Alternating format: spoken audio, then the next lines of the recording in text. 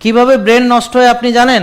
শোনেন, অনেক কারণে ব্রেন নষ্ট হয়। প্রথম হচ্ছে দুশ্চিন্তা যারা রেগুলার করে, যারা অতীতের নষ্ট ভাবনা ভাবে এবং ভবিষ্যৎ সম্পর্কে বাজে প্রেডিকশন করে, ওদের ব্রেন নষ্ট হয়ে যাবে।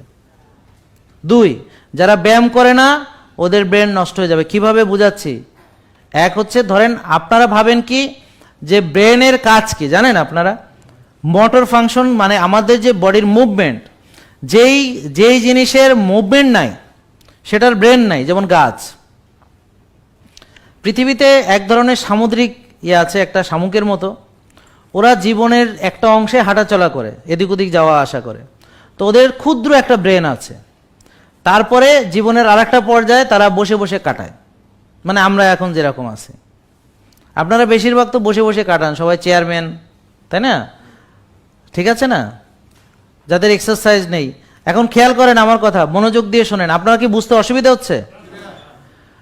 অসুবিধা হলে আবার বলবো, কারণ সবার আন্ডারস্ট্যান্ডিং লেভেল সমান না। তাইলে ওই প্রাণীটা জীবনের একটি অংশ চলাফেরা করে, আরেকটি অংশ বসে কাটায়। কি করে? ধরেন চলাফেরার অংশ শেষ, একটা পাথরের গায়ে বসলো, আর নড়াচড়া করে না, সারা জীবন বসে কাটিয়ে দেয়। বিজ্ঞানীরা ওটা নিয়ে গবেষণা করে দেখলেন যে ওদের ক্ষুদ্র ব্রেনটা যখন সে নড়াচড়া করা বন্ধ করে, ব্রেনটা আস্তে আস্তে অ্যাট্রোফাইড হয়ে ওই ব্রেনটা চলে যায়।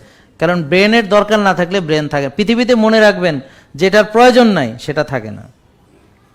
এটার ধর্মটা হচ্ছে, বলেন সবাই বলেন, ইউজ, মানে ব্যবহার করা। Use it or lose it. সবাই বলেন use it or lose it, মানে ব্যবহার না করিলে উহা ধ্বংস হইবে। তাহলে যে ব্রেনের ব্যবহার করে না তার ব্রেন ধ্বংস হবে। ঠিক আছে? এখন গাছের ব্রেন নেই কেন? কারণ গাছ এক স্থান থেকে হেঁটে হেঁটে আর এক স্থানে যায় না। যদি গাছের এই জায়গা থেকে হেঁটে ওখানে যেতে হতো, ওর ব্রেন লাগতো। ব্রেনের মোটর মুভমেন্টগুলোকে সে কোঅর্ডিনেট করে। তার মানে ওই প্রাণীটা তখন যখন সে আর চলাফেরা বন্ধ করলো, ব্রেন অ্যাট্রোফাইড হয়ে গেল। আপনারা যারা ব্যায়াম করেন না, ওদের ব্রেন এরকম চুপসে অ্যাট্রোফাইড হয়ে যাবে। ক্লিয়ার? বুঝতে পেরেছেন? যে বাচ্চাদের আউটডোর গেমস নাই, খেলাধুলা করে না, ওদের ব্রেন কমে যাবে। ব্রেন ফাংশন নষ্ট হওয়ার আরেকটা প্রধান কারণ হচ্ছে ইনসুলিন রেজিস্ট্যান্স।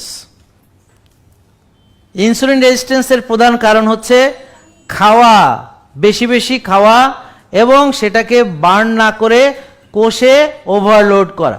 তাহলে বলেন, কোষে জায়গা নাই। জোরে বলেন, কোষে কষাকষি। এটার নাম হচ্ছে ইনসুলিন রেজিস্ট্যান্স। ব্রেনের ইনসুলিন রেজিস্ট্যান্স হলে ব্রেন শক্তি পায় না, যেমন ওই যে সেলগুলো শক্তি পাচ্ছে না। একটু আগে বললাম শক্তি ব্রেনেরও দরকার। এখন ব্রেন ফ্যাট বার্ন করতে পারছে না, ব্রেন গ্লুকোজ দিয়ে মেইনলি চলতে হয় তার, আর ফ্যাট তো ব্রেনে বার্নই হয় না। ব্রেন শুধুমাত্র গ্লুকোজ এবং কিটোন বডি, এই দুইটা শক্তিকে ব্যবহার করতে পারে। যেমন ধরেন আপনার গাড়ি অকটেনে চলে, আর একটা গাড়ি গ্যাসে এবং অকটেনেও চলে, আর একটা গাড়ি শুধু ডিজেলে চলে, আর একটা গাড়ি মনে করেন যে পেট্রোলে চলে। ঠিক আছে? ব্রেন মেইনলি ব্যবহার করে গ্লুকোজ, আর ব্রেন চলতে পারে কিটোন বডি দিয়ে। ঠিক হার্ট মেইনলি চলে ফ্যাট, এবং হার্ট কিটোন বডি দিয়ে চলতে পারে। মনে রাখবেন কথাটা। এখন যদি আপনার কোষে জায়গা না থাকে, কোষে কিন্তু কি হচ্ছে, সুগার ঢুকতে পারছে না, আর ব্রেন ফ্যাটও পাচ্ছে না, আর কিটোন বডি হবে অনেকক্ষণ না খেয়ে থাকার পরে, সহজে হচ্ছে না। কিটোন বডি থাকতে হলে 18-20 ঘন্টা না খেয়ে ব্যায়াম ট্যাম করে আগে ইনসুলিন। তো কিটোন বডিতে আপনার আসতে অনেক সময়, যে ফ্যাট বার্নিং, যেটা নিজে ফ্যাট অ্যাডাপ্টেশন করা, নিজের তেলে চলা, কিটোন বডি এটা অনেক পরের ব্যাপার। কিটোন বডি এমনি হবে না, সোজাভাবে হবে না, যারা বারবার খায় হবে না, ওদেরকে মানে অনেকক্ষণ না খেয়ে থেকে তারপর আসতে হবে। ঠিক আছে? তাইলে ব্রেন শুধু কি দিয়ে চলে? ধরেন গ্লুকোজ দিয়ে। এখন গ্লুকোজ ব্রেনে পাচ্ছে না, ব্যবহার করতে পারছে না, তাহলে ব্রেনের এনার্জি কম হবে। এনার্জি কম থাকলে সেই জিনিসটা ধ্বংস। তাহলে আপনার এনার্জি নাই ব্রেনে। কেন নাই? কারণ আপনার ইনসুলিন রেজিস্ট্যান্স আছে, আপনার সুগার বেশি। এরপরে আপনার ইনফ্লামেশন হবে। কিভাবে ইনফ্লামেশন হবে ব্রেনে? সেটা হচ্ছে নষ্ট খেলে হবে, প্রসেসড ফুড খেলে হবে।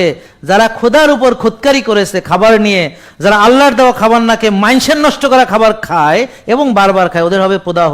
এছাড়া ওই যে টেনশন করলে প্রদাহ বাড়ে, ওই যে না ঘুমালে ব্রেন বিশ্রাম পায় না, প্রদাহ আরও বাড়ে। তো ব্রেনকে ভালো রাখার জন্য 9টার ভিতর ঘুমাতে যেতে হবে, 10টার ভিতর ঘুমাতে যাবে, 24 ঘন্টার মধ্যে 8 ঘন্টা ঘুমাতে হবে।